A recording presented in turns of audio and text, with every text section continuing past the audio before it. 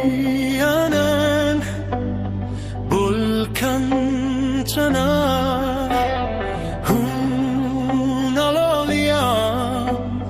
Dunalopianga Kalairilwain Minzal maitama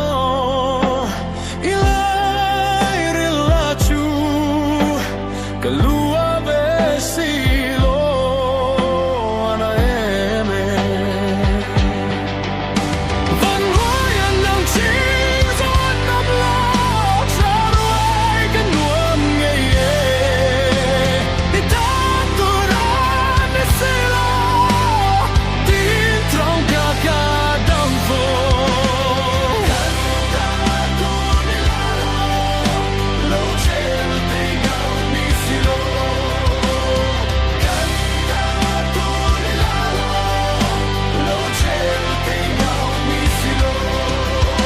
Nang duem che bangin ril rufiem kaputay malo Furzaulo sun chu hängen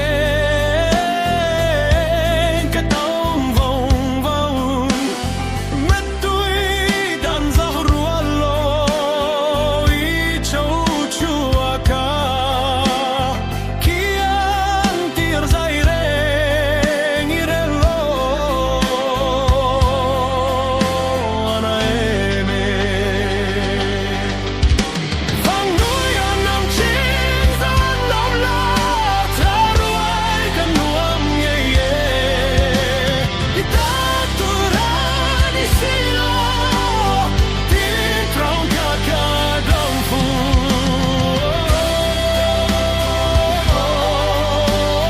Tingaw ni silo Kantado nila Lo chen tingaw ni silo Kamangay che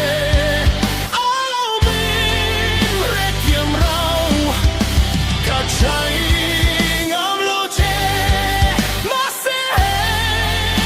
khrialay Trong lagreyan che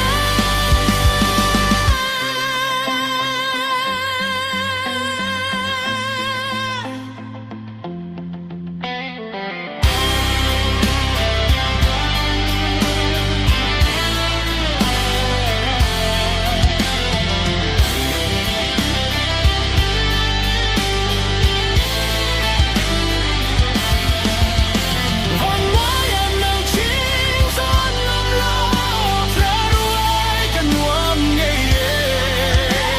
Itaturan isilo